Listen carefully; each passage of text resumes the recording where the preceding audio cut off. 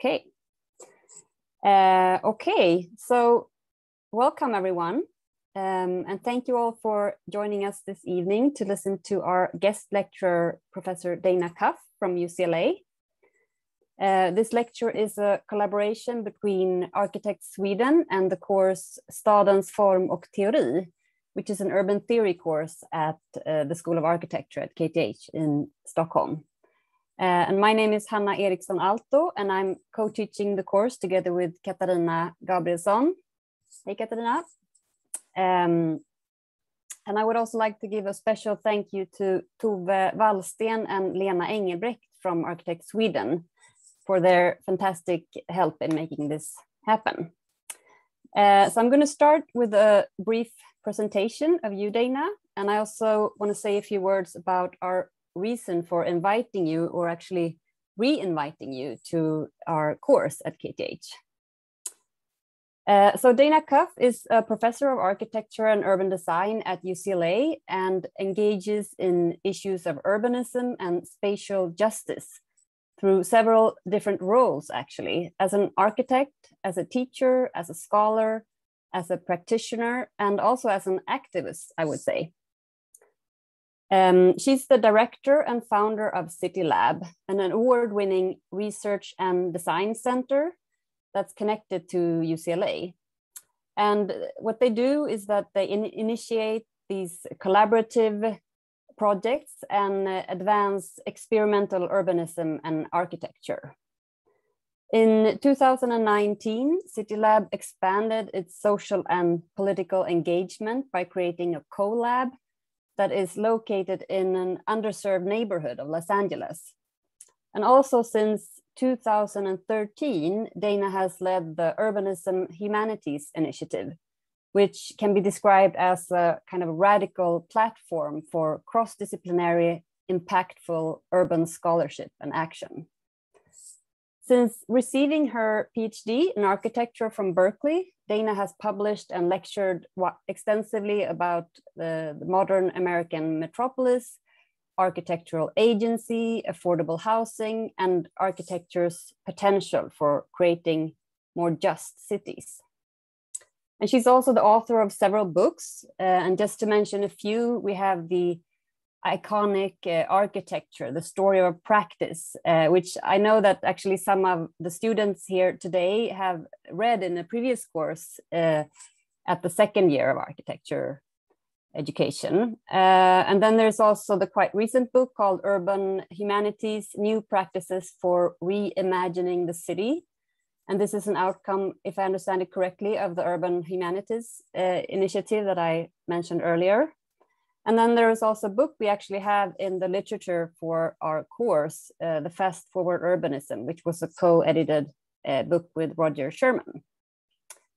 And before giving you the word, Dana, I would just like to say a few words about why we are so particularly glad that you accepted our invitation to speak in our course this year again. The students are in the third year really venturing into the field of urban planning and urban design for the first time during their architectural education.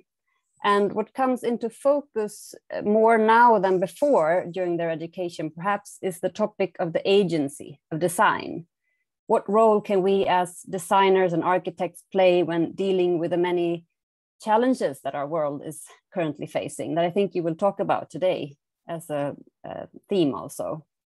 How can we navigate this kind of double role we often have? On the one hand, as consultants, often embedded in existing power structures, and on the other hand, our agency or responsibility, some would even argue, to act on behalf of others and to give voice to those that are normally not heard. And I think this rethinking and reimagining the agency of design and the agency of the designer is really at the heart of your work, Dana, both through your scholarship, your research on the architectural profession, and very much so through your experimental practice through cityLAB. And I think looking at this body of work as a whole, at least for me, kind of brings a bit of hope that there are ways to create positive change. So it's very suitable for our architects to listen to your what you have to say, I think. So with these words, I want to hand over to you, and we will have an opportunity for questions after the lecture with Dana. So I really want to encourage you to write questions in the chat. And we actually thought we made a little test. If someone can just write something in the chat. Let us see. Hey, from Morten. Perfect. Super. Hey, Dana. So let's use the chat, because then you can see each other's questions. And this is a little bit of a strange format, so we can't see each other, but we can at least write each other now. So welcome, Dana. Thank you so much, Hanna. It's really wonderful to be back in Sweden, though I'd much rather be there in person. You know, I've gotten to know Professors Hanna Eriksson and Katarina Gabrielsson when spending a lot of time in Sweden over a 10-year period. I probably spent a quarter of my working life mainly in southern Sweden, in Skåne, and then again in Göteborg. So I feel like Sweden is a kind of second remote home in both senses of that word now. So thanks for having me back. I'm going to share my screen now. And I very much want to underline what Hanna said about putting questions in the chat.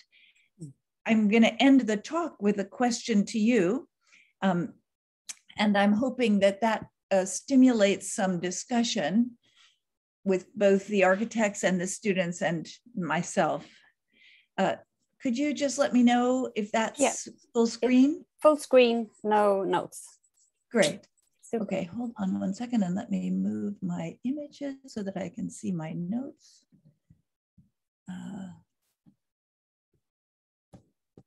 Okay, great. Let's see. Hold on. Okay, now we're good. This is the second talk in a year on the topic of spatial justice. And it's really a gift to me, and I appreciate very much the opportunity to speak on the topic again. I've been working on a book on sabbatical for the past year since I was speaking to the last year's students, and it's a pleasure to have the architects join this year. And so I'm going to give an update of that work and elaborate it a little bit more fully with global examples. My own work, as Hanna indicated, is one that's really based in practices, and not only my own, which is what I talked about last time, particularly through the work of my design research center, cityLAB, but through those of my peers and colleagues around the world. So I'm going to talk about the kind of principles of a manifesto for the agency that she mentioned, and then use examples from other people's work to develop those concepts more fully. So I just want to note that the issues surrounding spatial justice are really present in myriad ways every day, not just in the United States, but globally. This is yesterday's news, just literally yesterday's, where the largest Confederate monument of Robert E. Lee, who stood for Southern enslavement, was finally removed. And it was done in this dramatic way.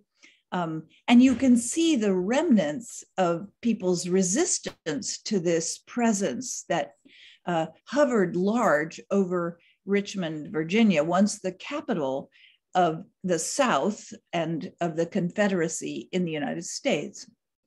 This was, of course, leading to the Civil War, in which slavery was banned. But these monuments remain around the United States without much political debate until the last few years and the Black Lives Matter movement.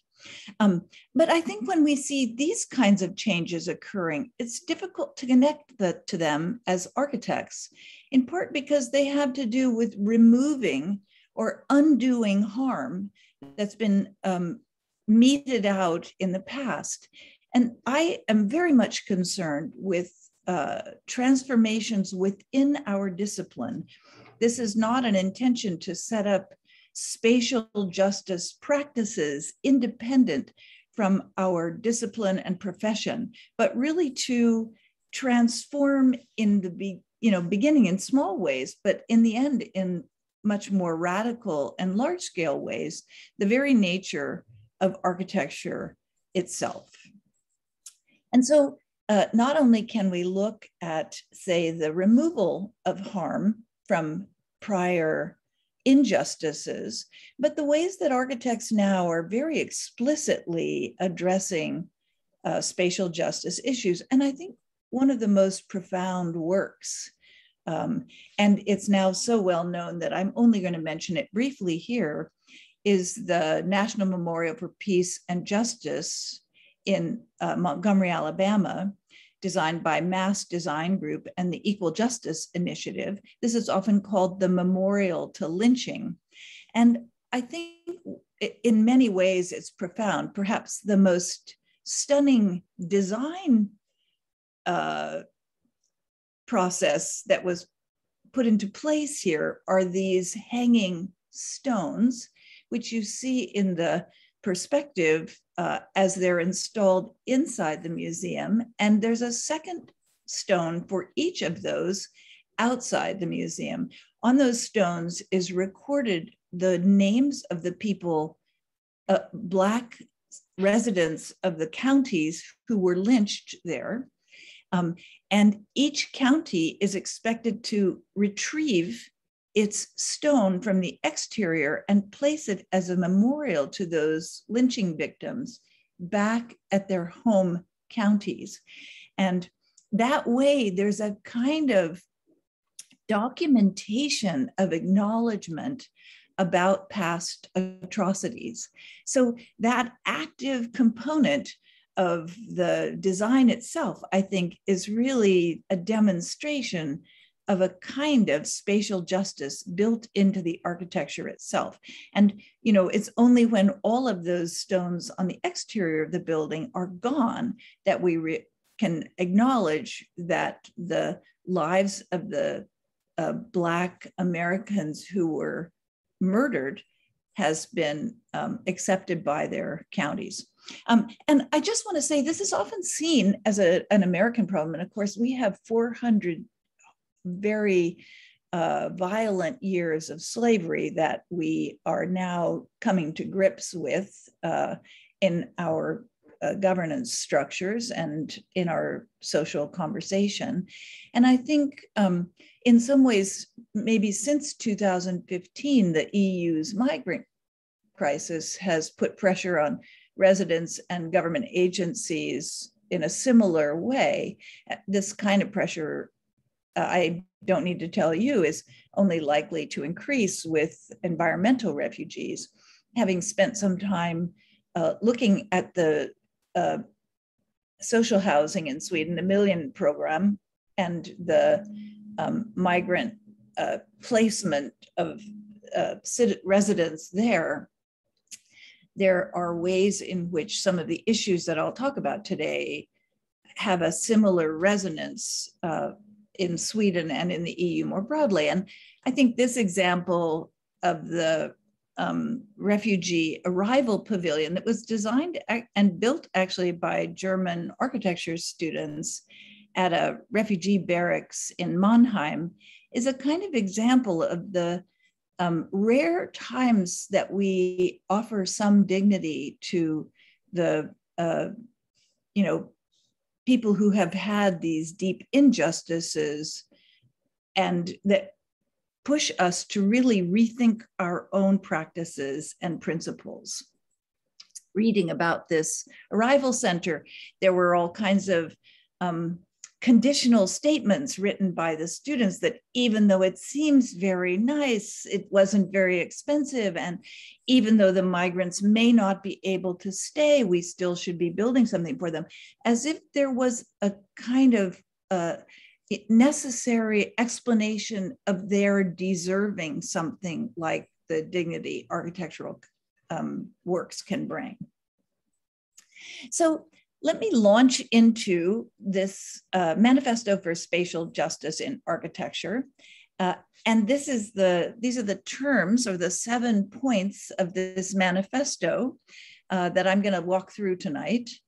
I'm not going to spend too much time getting technical. I'm going to offer very brief definitions and then move into the examples, which I think for us as architects really is where the explanations and the issues lie.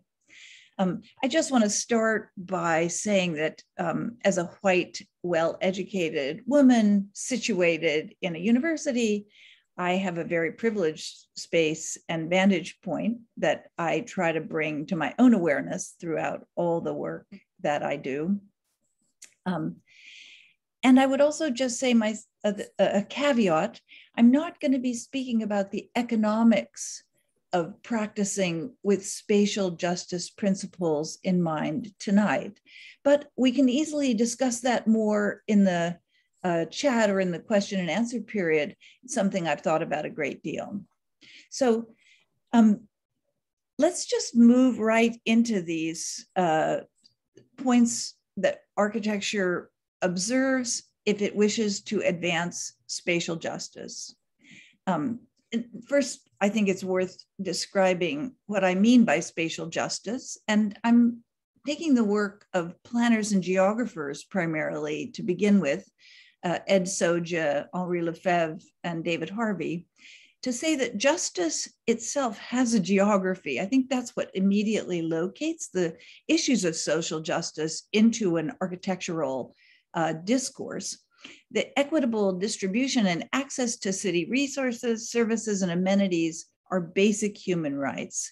Spatial strategies of design and planning can counteract urban injustices and, of course, lift up those basic human rights.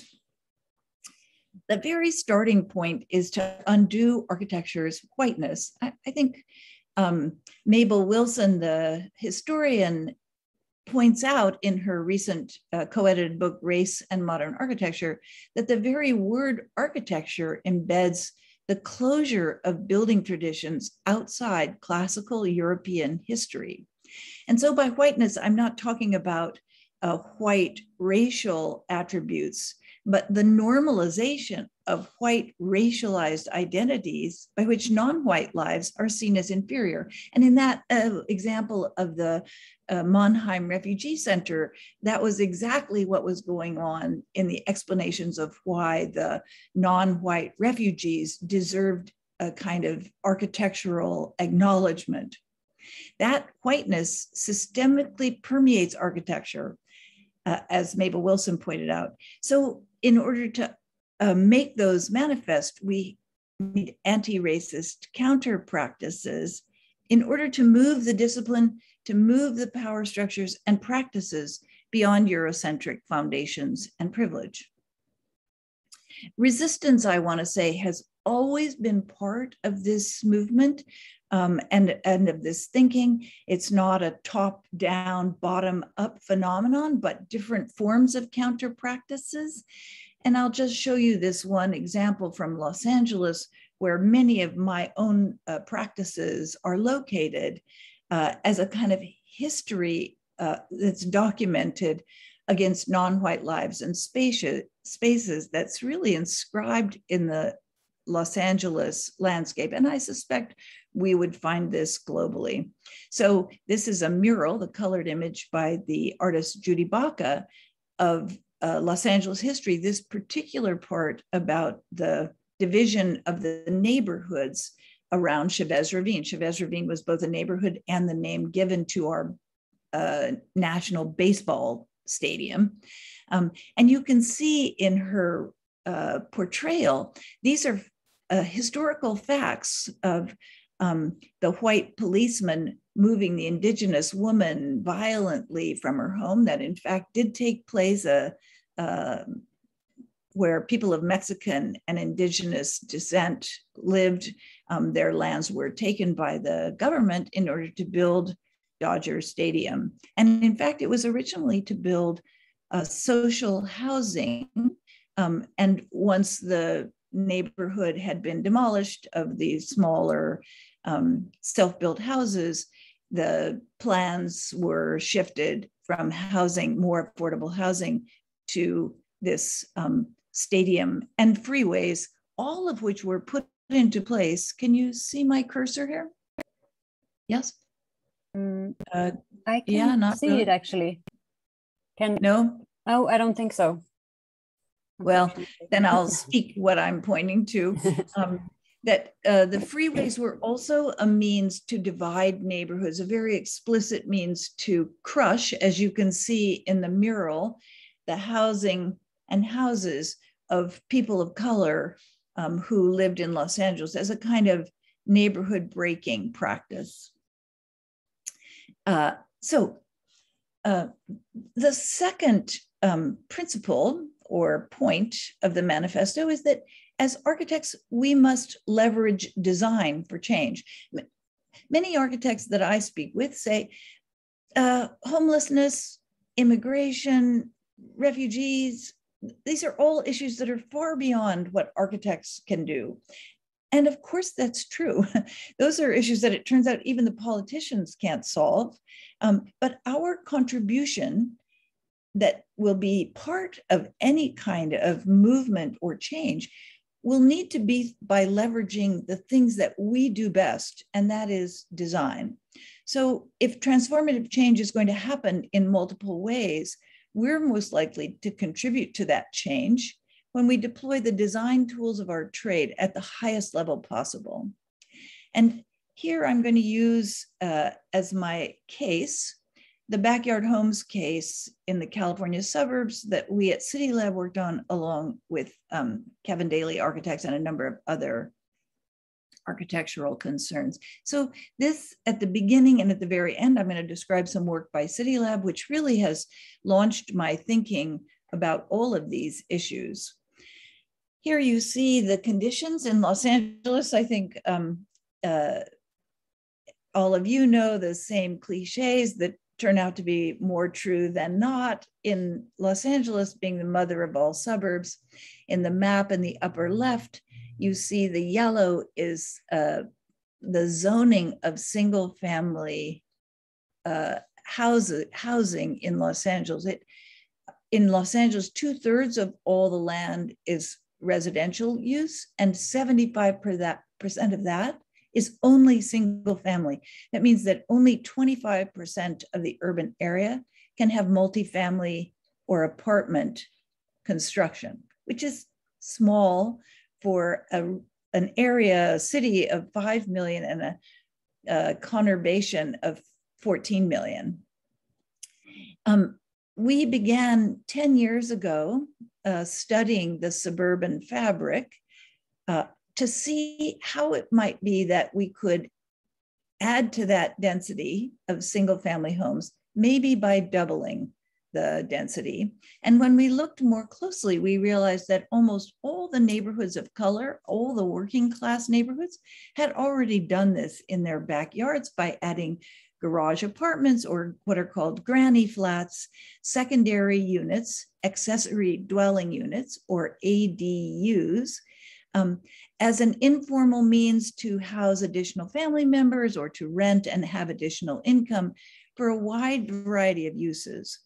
And at cityLAB, we worked in this case with Kevin Daly Architects to develop means by which the addition of secondary units would actually improve the city more broadly. Could we design secondary units in a way that they not only benefited the individual landowner, but the community at large? And what you see on the right is an alley lot design, as if we might make a sort of specific plan overlay for those neighborhoods that have alleys. And we have 900 miles of alleys in Los Angeles, where the addition of secondary units would improve the environmental qualities of the alleys by making more permeable and planted areas in alleys that are currently now primarily used for trash and utilities, and at the same time make them safer spaces.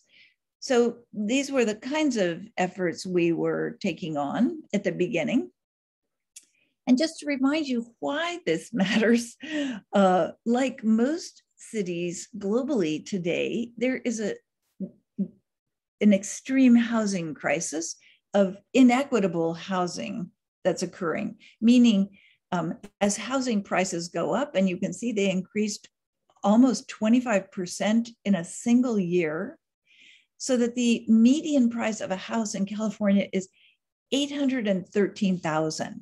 That's beyond imagination that anyone can afford this, which is why so many households are rent burdened, meaning paying more than 30% of their income into their mortgage or rent.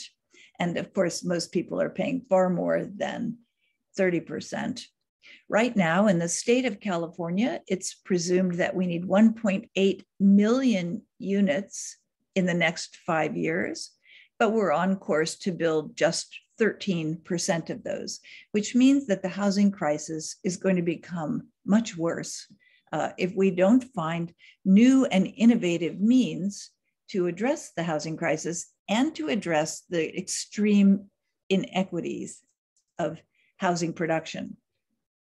So cityLAB, in thinking about the backyard of all of these single-family homes, started to study basically neighborhood patterns of how residential developments were organized and which kinds of neighborhoods and which kinds of lots might best accept secondary units. We very quickly set up ideas about lots that were most amenable to secondary units, which would be corner lots, large lots, and alley lots.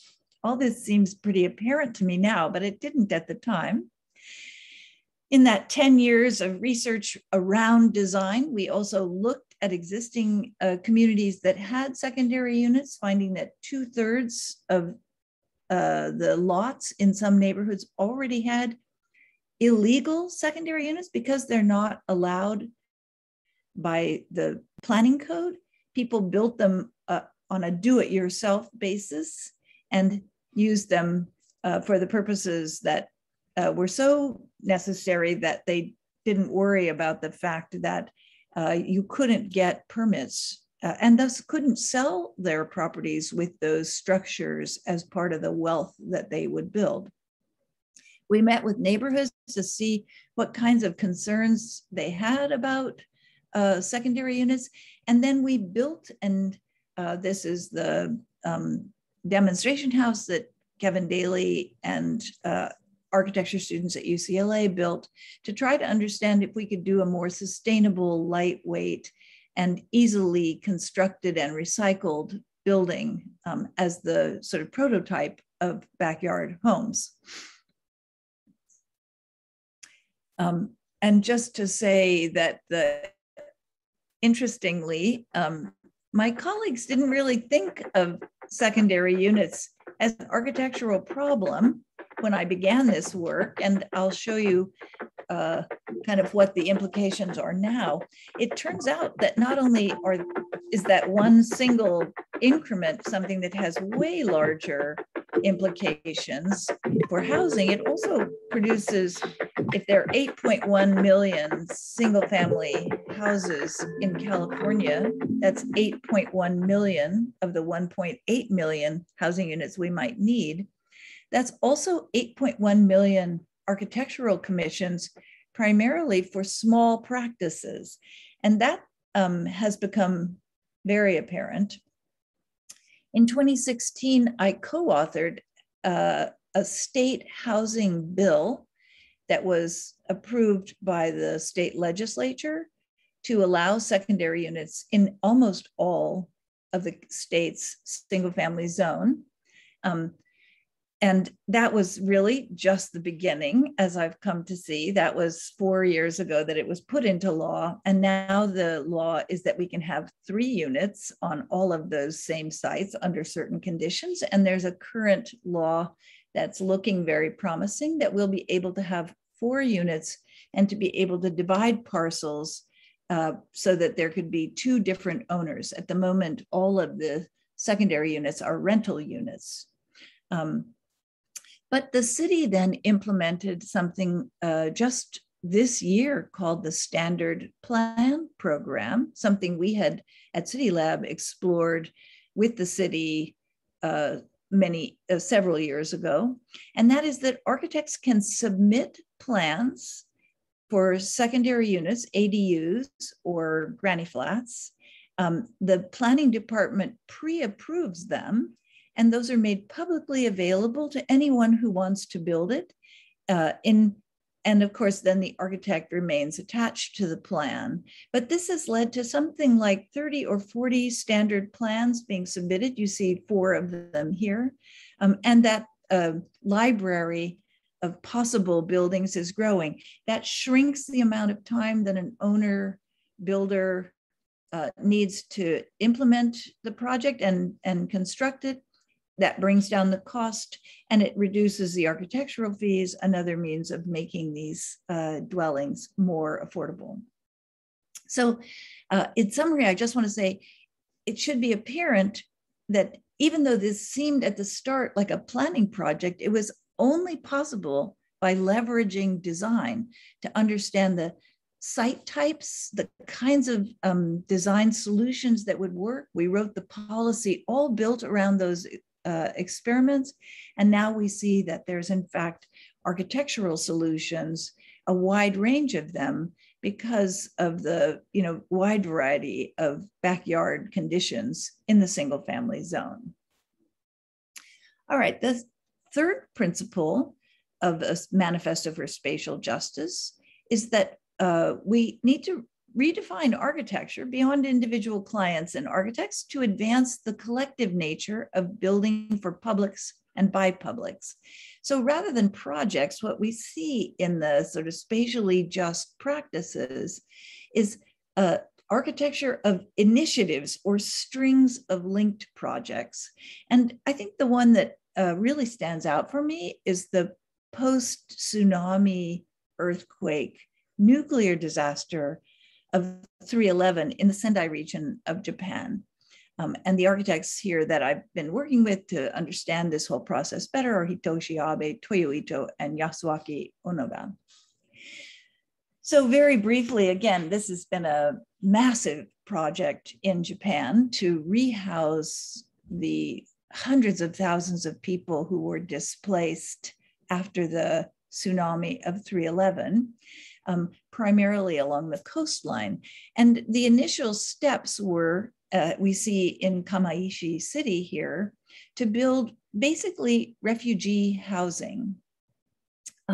And the inadequacies of refugee housing had long been understood since the Kobe earthquake of 1995.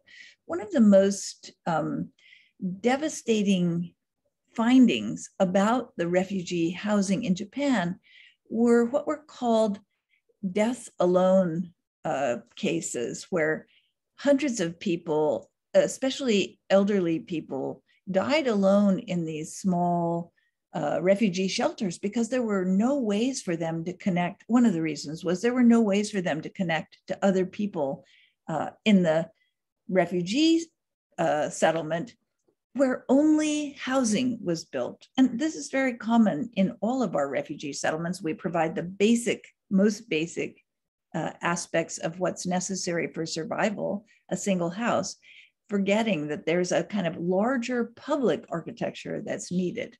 So ArchiAid, a group of volunteer architects organized to try to address the next phase of rebuilding and relocation in the Sendai region. And you see just one example here by the architect Manabu Chiba as a kind of counter to the refugee housing, this housing organized around a central square in just one city. these kinds of projects were born out of processes that the Arcade architects initiated, because the federal government in Japan did not consult any architects in their rebuilding and relocating processes, which were very extensive, but dominated by engineers, which led to large seawall construction and very technically sophisticated, but socially inadequate solutions for the hundreds of small villages of aging population, primarily based on marine economies like fishing. And so you see here some of the kinds of drawings and plans that Arcade made with the communities along the coastline, so that the communities had a vision and a voice in the process, so they could show this to their local governments and say, we want to keep our houses on higher ground, but keep our businesses and our fishing structures on lower ground. And all of this then led to a kind of segmentation of the shoreline divided by elevation and distance from the shore as a means to structure the relocation of the villages that had been totally demolished. There was a second movement amongst Japanese architects after 311, led by Toyo Ito, called the Homes for All program. And this one I think is especially legible for architects, because within the refugee settlements of all of the repetitive housing units, Ito's group began building small home for all or community rooms with the input of residents, and they singled out women and younger people to be part of the process, people who are voices are typically repressed, especially in groups of older settlements, so that they would basically find ways to have collective lives in these otherwise isolated refugee shelters. And the one on the right is a kind of delightful children's playhouse project, which was located in the center of the Higashi Matsushima development of refugee housing, so that the children would have a place to play and gather. And of course, that also meant a place for the parents to play and gather, particularly the mothers. Okay, so now you kind of see the pattern that I'm taking on, which is to talk about a principle and then to show a global example. And I'm hoping that this demonstrates that an architecture of spatial justice is one that isn't the purview of a single nation or set of architects, but one that is shared more broadly if we rethink our profession more carefully. A fourth principle is this one that the architect, artist, and landscape architect Walter Hood calls partnerships of difference. And he uses that term specifically in contrast to diversity, which is a kind of now politically correct word used across America and has become misused, I think, in many ways. And so Hood suggests instead that really what a kind of spatially just architecture depends on is that we form real partnerships among very different voices. And I'm going to show you an example of his work that points that out. So that difference would be in the form of race, gender, expertise, biography, lived experience, one of the most important components, and interests. So rather than models of diversity or consensus, difference implies debate and agonism. And I know from earlier work in Sweden, this question of consensus is one that's a kind of built into many of the governing norms in Sweden. And so the acceptance of something like debate and difference really represents a big shift in the way of thinking. And I think that's true also in any kind of participatory design process. And I want to contrast this notion of partnerships of difference with participatory design. This is very much a complication of that idea that if we just get together, we can find a mutually agreeable solution. At Princeton University, there was a long history of racism really symbolized and made real by one of its early presidents, Woodrow Wilson, who later became president of the United States in the early part of the 20th century.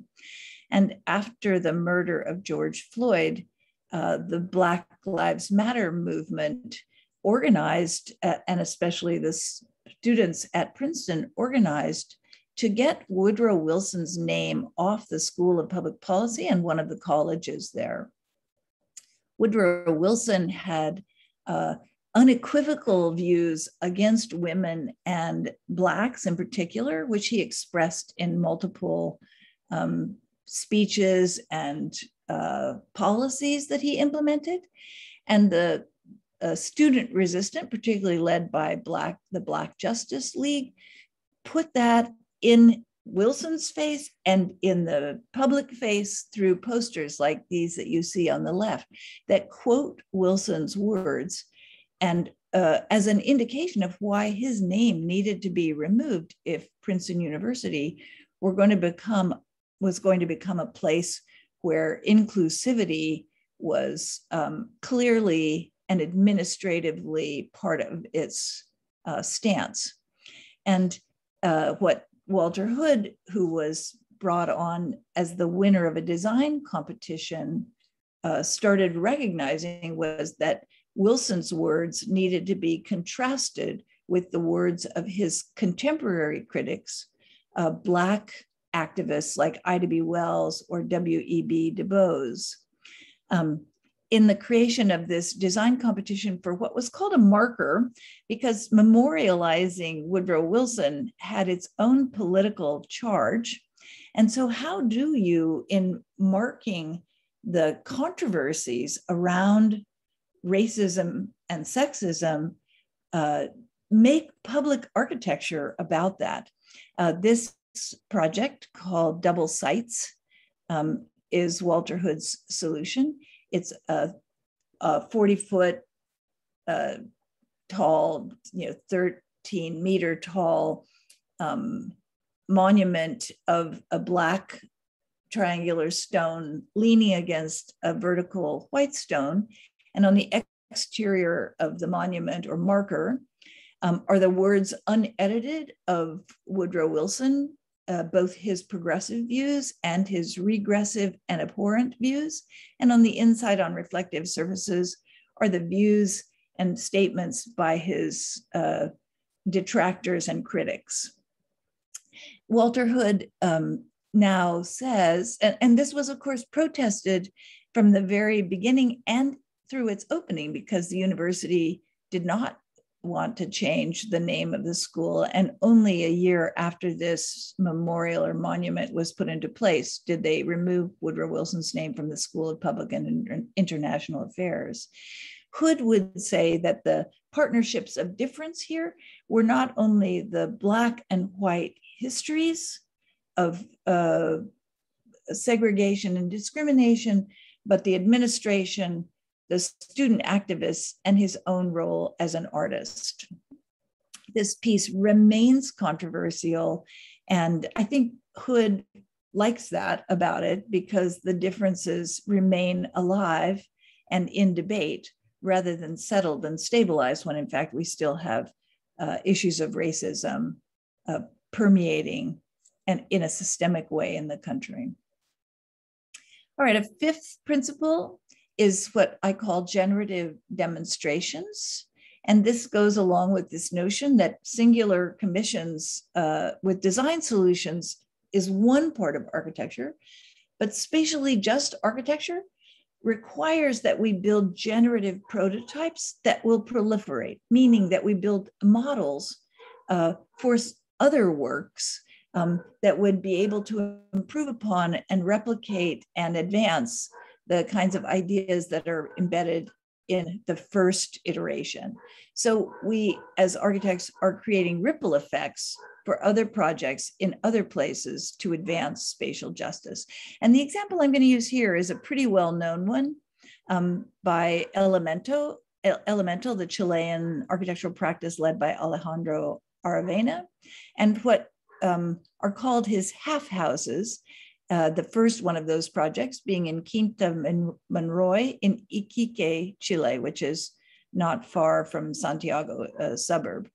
And one of the things that I think is most sort of powerful in the Quinta Monroy half house is that it speaks its own demonstration, that you look at this formally, it's using design to formally narrate a new practice in architectural provision of social housing, and that is to build the most technically complicated and expensive portion and leave another portion for residents to build in the practices that they've had in informal settlements that this particular project was replacing. So it honors the lived experience and expertise of the occupants while staying with the requirements of the economics of the federally subsidized housing. And you can see here that those same half houses are now whole houses. There were 94 built into the Quinta Monroy development, which was completed in 2005. And that's given us enough time to study the long-term implications of how the half houses worked. You can see in this interior image a kind of unfinished part of the dwelling that was then completed by the residents. And 15 years after its inhabitation of the 94 houses, only one remains as it was a half a house. But problems arose also, for instance, that people built above the building line. And you can see in the purple house on the left, someone who's occupying a roof terrace, other buildings cantilevered out into the shared area that's used in this particular courtyard by cars. And to address that, Aravena's practice developed secondary responses. So they used their own project as a generative demonstration, and second and third iterations that you see here tried new strategies for making sure that the occupants' additions were safe and followed big building regulations. So they put a cap on the very first housing development that you see on the upper left in Monterrey, Mexico, meaning like a roof that prevented the infill section from being overly expanded. That cap became a more house-like symbolic form in the Lo Barrenechea project at the lower left. And in the case of the, actually that's Constitución Lo Barrenechea, they actually enclosed the unbuilt portion so that all the remodeling was interior. Aravena went one step further. He basically published all the plans and the handbooks for residents so that they're publicly accessible, so that anyone can use this as a demonstration to start their own projects. All right, so a sixth, and we're getting to the end with 7 different principles. Sixth principle is legible policy. So building on the first few principles of making generative projects, projects that embed a kind of proliferation within them, we could say that projects can also create and make legible the policy implications so that they have wider effects, that the material design itself embeds a kind of legible policy. And this term actually comes from partners that we worked with from cityLAB, our sister institution in Mexico called Laboratorio para la Ciudad in Mexico City. And they're really credited with the development of this project called Pietoninos, a play on words of little pedestrians or child pedestrians. This started with just street closures, trying to give back the deadliest streets of Mexico City, where child traffic accidents were high, and neighborhoods wanted to increase the safety levels of their community streets. So cityLAB with Laboratorio and the cooperation of police and the local government shut down streets and began a research project to understand what place streets might look like. You see here one of those closures. And like fast forwarding further, Brenda Vertiz and Gabriel Garcia Montt took these projects and instituted them, particularly in one community of Iztapalapa, where the mayor was very anxious to make safer streets and more hospitable streets. And so you see the kind of design attention that the paving plan brings, and the new graffiti that a local artist following obvious before images of the kind of ways graffiti was already used as a place for inscribing community interests in this play street, and in this one, another version of a play street in another part of Iztapalapa. And basically, Laboratorio and Brenda Vertiz in particular studied 12 different street installations.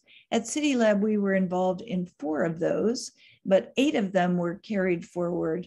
And those led to policies about play streets, Calle de Juego Peatoninos, street children's play, that look like this. And so you can see the kind of legible translation from the way the streets actually look to the very policies that are going to make these possible, this across Iztapalapa, but also in other communities in Mexico City.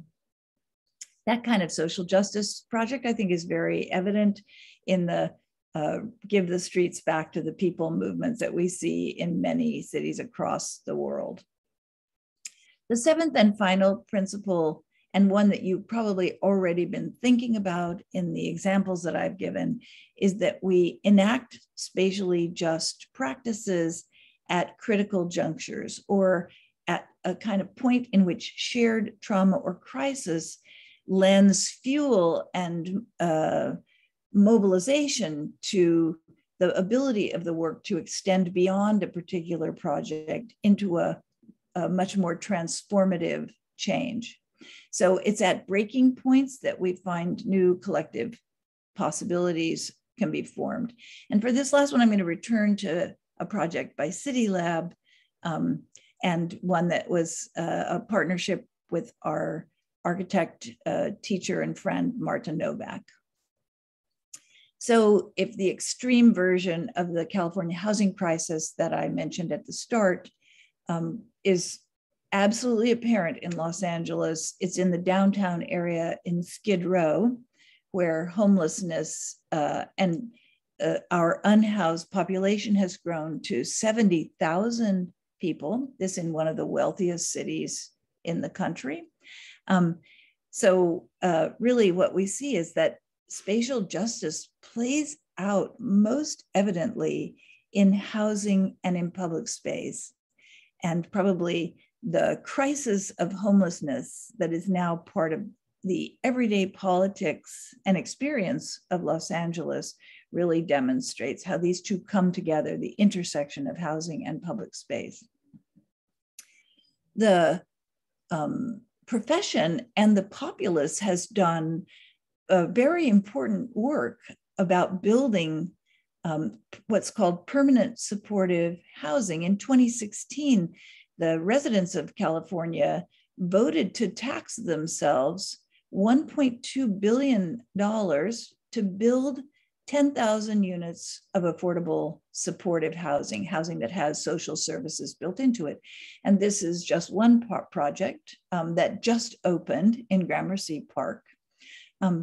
When the proposition of 1.2 billion passed, a single unit of this kind of housing in 2016 cost $350,000 for a 1-bedroom unit. But by 2021, the cost was $560,000. So we're not going to get 10,000 units. And we can see that this is not affordable under any circumstances without massive amounts of additional public dollars.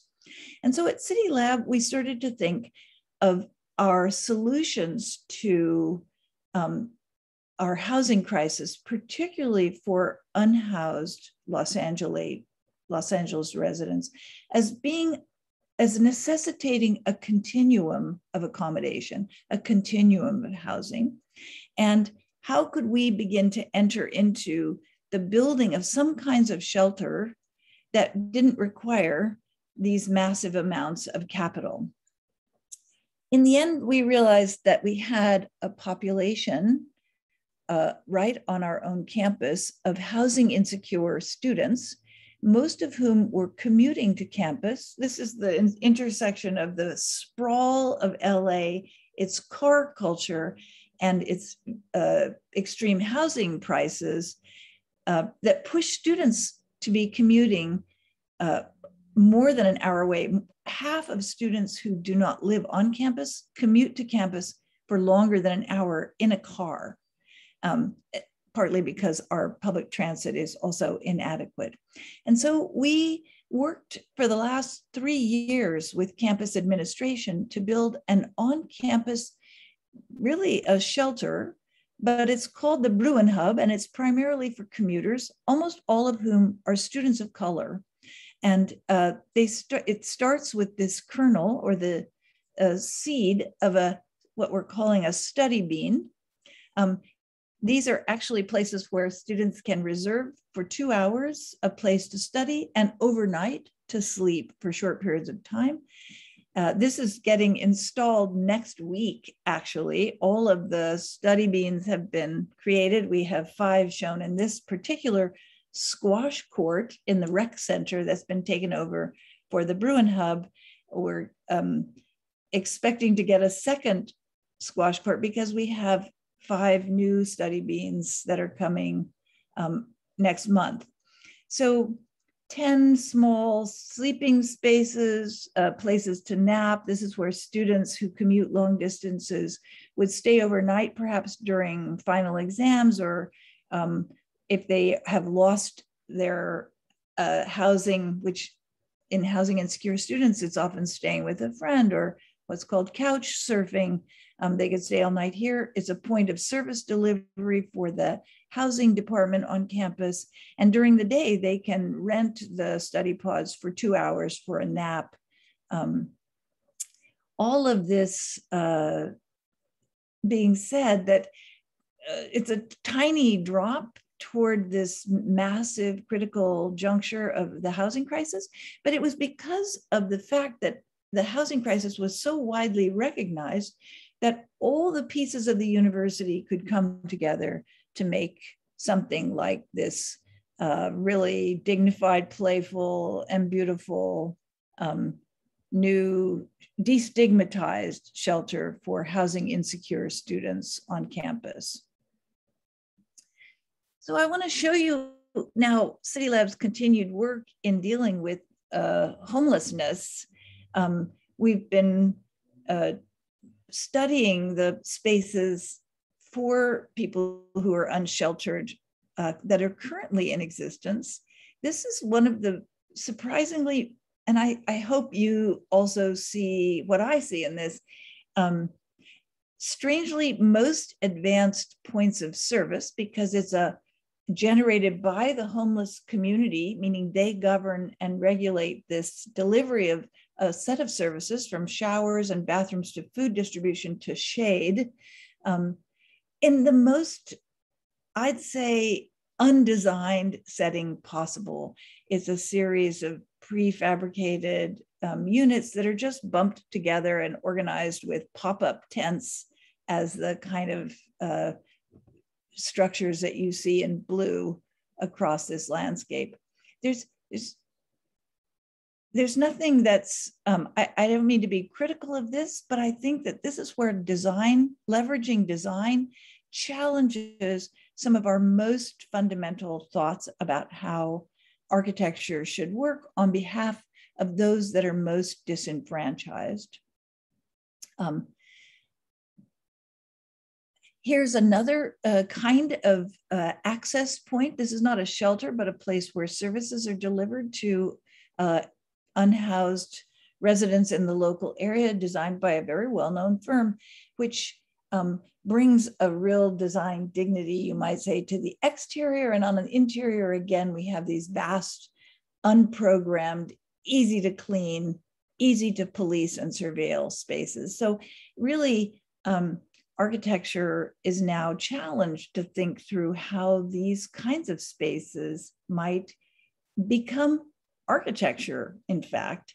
And our latest initiative at cityLAB is to work on something we're calling Place to Be, which I will tell you about if you invite me back next September to talk about this kind of spatial justice work again.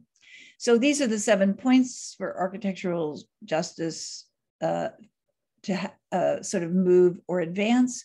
It requires creativity, good design, and practice in the sense of practicing like riding a bicycle. We need to keep trying if we're to begin to design change for the world around us, but also for our discipline itself. It requires the kind of conviction that leads to small steps within firms, the consistent work of and practices of individual architects, and the shared transformations that are only possible with our collective efforts. And I just want to acknowledge my collective.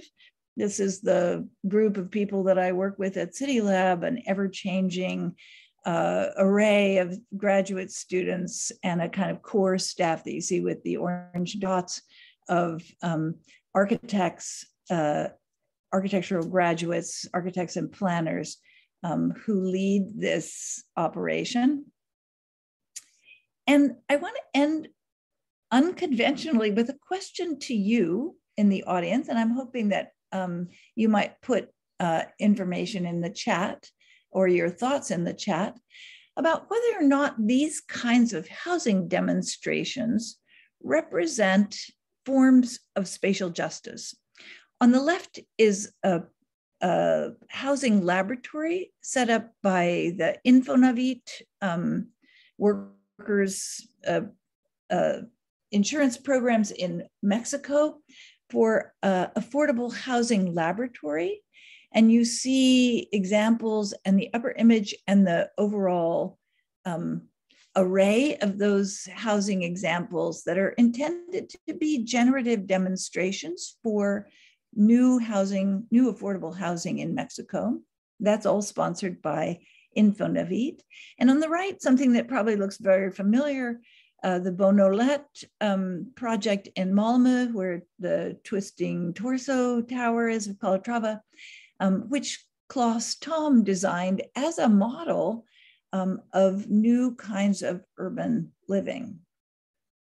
And I would be very interested in us pulling apart what aspects of these might represent parts of that manifesto and where they might be missing something.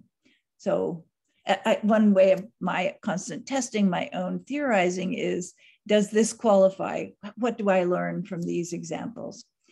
So I think with that, I will turn off the slides and hopefully you can keep the up on housing and your knowledge of the Bonolet in mind, and we can speak more face to face. Fantastic. So Sorry. I no longer have my screen shared, right? No, no screen shared. Great. Thank you so much. We actually have, maybe you can think a little bit about Dana's question, last question to you. And meanwhile, we actually had one question here from Olle, one of our students. Olle, do you want to take the word and ask it yourself? My Swedish is terrible. I was taught things by like a 6-year-old who was the child of a friend. So all Swedish will need to be translated for me. I think we can do it in English, right? Yeah, I can. I'll try my best here. No, but being the great architectural thinker you are, and since the 20th anniversary of 9/11 is just days away, I just have to ask, because I visited the site myself for a couple of years ago, and being probably the most extreme space in technical, political, economical, and emotional terms, what is your opinion about the memorial site of 9/11 in New York? Yeah, that's a great question, Ola. Yes, does it represent a form of spatial justice or injustice?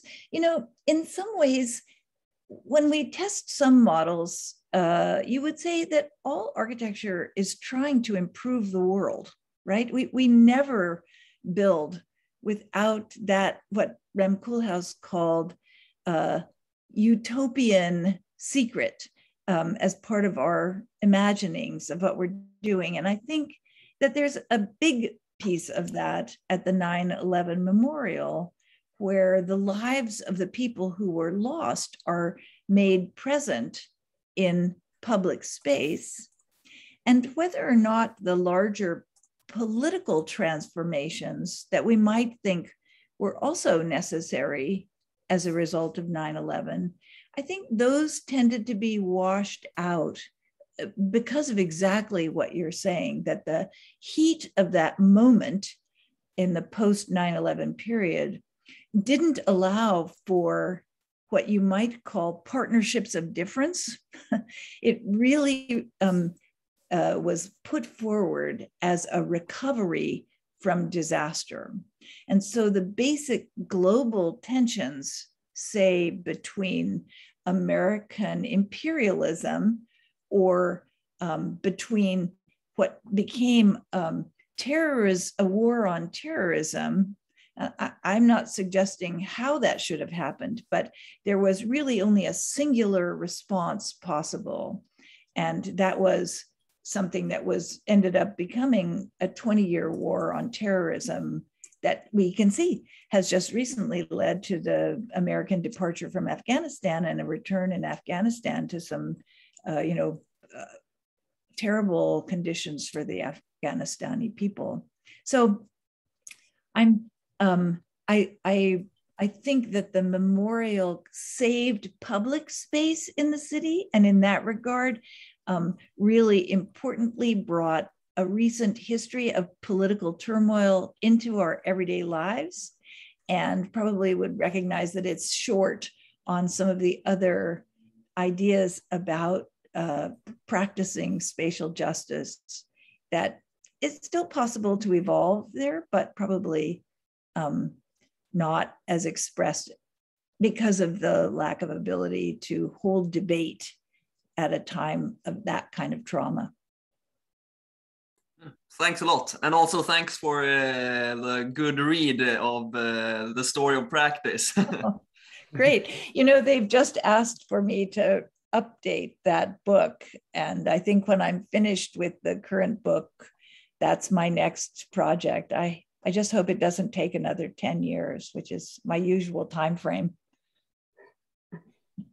Let's see if we have any more questions. Meanwhile, if I could also ask one question I'm curious about.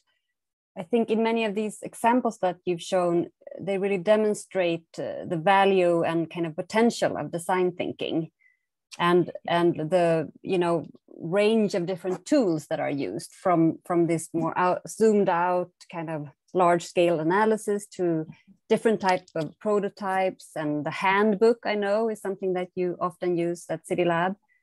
And my question is how that interface with many of the other actors in planning works. I mean, from planners and politicians and decision makers and landowners. We've had a lot of discussions in the course the past days, at least in Sweden. Kind of the value of design thinking is not always so obvious. Architecture is more seen as this kind of maybe end product that comes in the end and is absolutely specific, not generative and so forth. What is your experience of that interface? How do you convince people? Yeah, no, it's a super important issue, because if we are able to make the kinds of transformations within our own discipline, that doesn't mean that we've changed the perceptions of our discipline outside of architecture. And I think that was really apparent to the Japanese architects after the great East Japan earthquake, that they were totally cut out of the rebuilding process. It was only engineers, and the engineers' solutions had the weight of science and mathematics and absolutism behind it, which didn't require even speaking to the people whose houses and families had been demolished by the tsunami.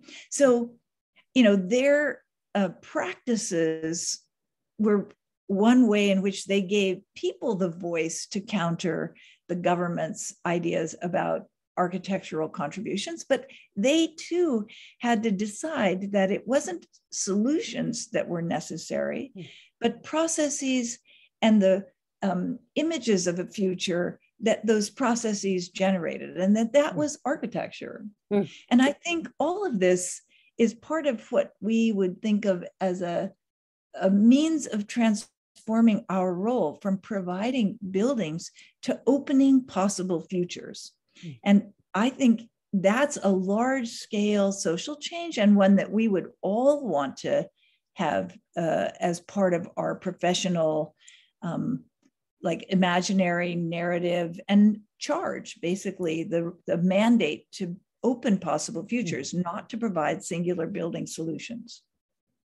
And on the topic of that, we have a question here from Karina. I'll read it to you. What would be the way to build for social justice before the big crisis come?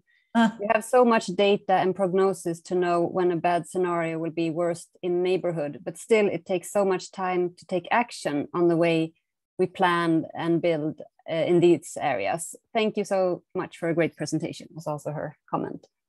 Thank you for another really provocative question. Of course, what we want to do is intervene before the flood, before there are 70,000 people on the street. And I'm not sure how we do that, because to break norms and conventions requires collective understanding of the need to break them. And so progressing as a status quo is so much easier and baked into every aspect of architectural practice, from lending institutions, the way the financing works, to government regulations. All of those reflect the past. And so to do something new requires breaking those norms of the status quo, and that takes collective will. And, I'd say that small pockets of resistance are the sites to look for to build small demonstrations that show the way and open the path.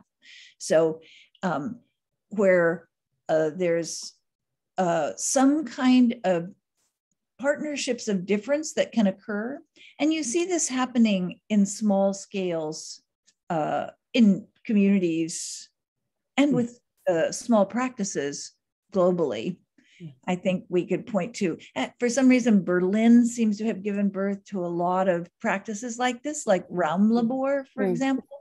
And when you see small examples that really use architecture and leverage design for social change, I think those maybe are the places we could look before the cataclysm for models to hold up and say, this can work and this improves local lives. And those kind of small prototypes then generate lessons for much larger and more broadly accepted transformative change. That's where I look now. Fantastic. How are we with time? Maybe we should start thinking about ending. Is there anyone who have some final question? I think maybe you can actually just raise your hand. I think Katarina, please. Yeah, I thought I'd take the opportunity to ask. I think these principles for spatial justice are really interesting and important also to think further about. But I'm wondering a little bit about the economics that you said you could maybe address towards the end. How do you fund this kind of practice? Who pays for it? Is it pro bono? And then I have another question that's maybe associated, but not, I don't know, because I think the problem we have in Sweden is the great tendency to work towards, same as in many other countries, privileging home ownership, whereas the problem we're really facing is to build rents that are available and affordable and accessible, you know. So that might be a cultural issue, but I'm wondering a little bit, what's your experience in terms of, I don't know, kinds of dwellings that aren't based on home ownership? Because it seems as if most of your examples are based on that principle. Two questions, actually, if you could just... Okay, well, so let me take the second one first, and then we can talk a little bit about the economic issues. I have mixed feelings about home ownership in the United States, where people of color have been restricted in various systemic ways for owning homes.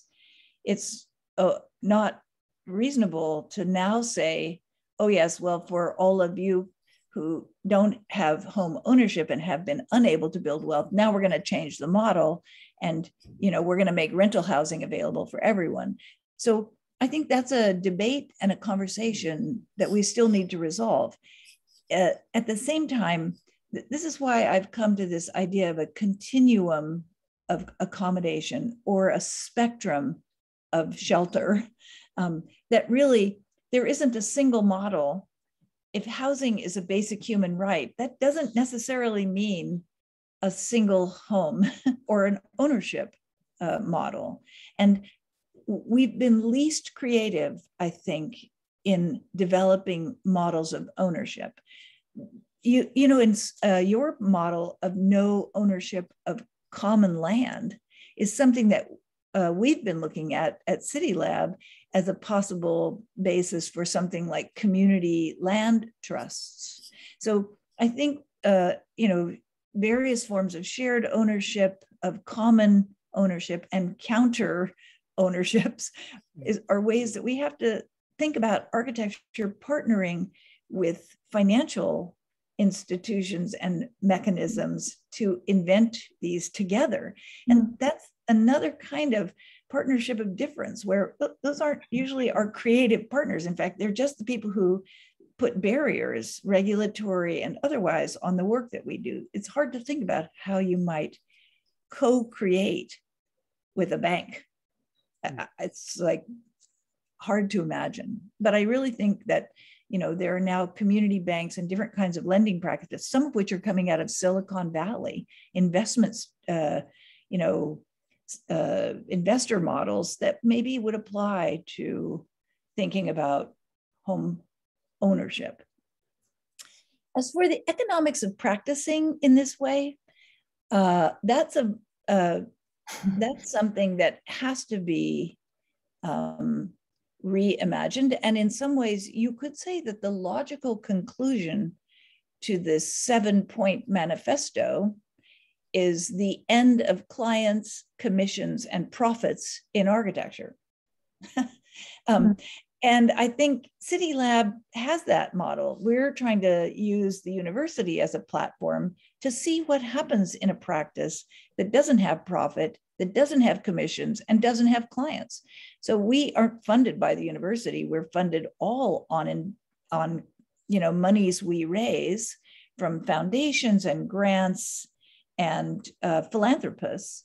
Of course, that's not something that a standard practice can do. White architects can't start operating like cityLAB, but white architects and other big firms across Europe or across the world have the means and probably already engage in partial experimentation into spatial justice commissions and practices.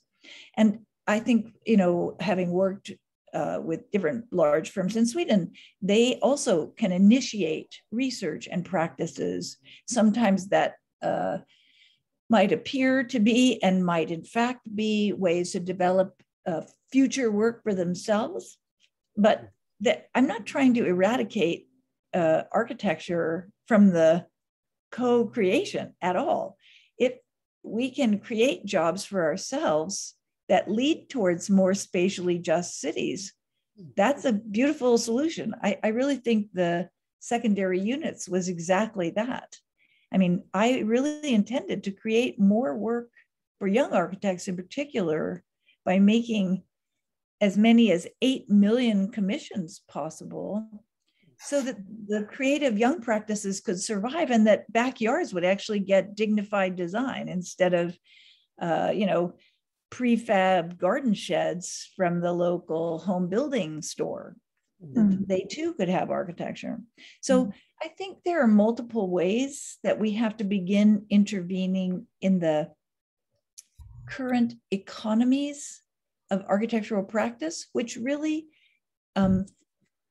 further the way architecture serves whiteness and privilege.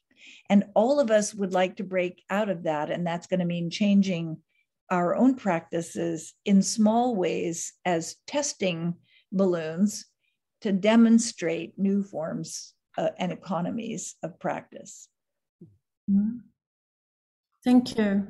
Fantastic. Yeah, thank you so much. That was a really good end word also. Thanks. Thank you so much again for having me, and for those of you who stayed for the duration. I very much appreciate it. Thank you, Dana. Fantastic to have you. Okay, it's always like anti-climax to end a Zoom lecture, but let's do a clap at least. Okay. Take care.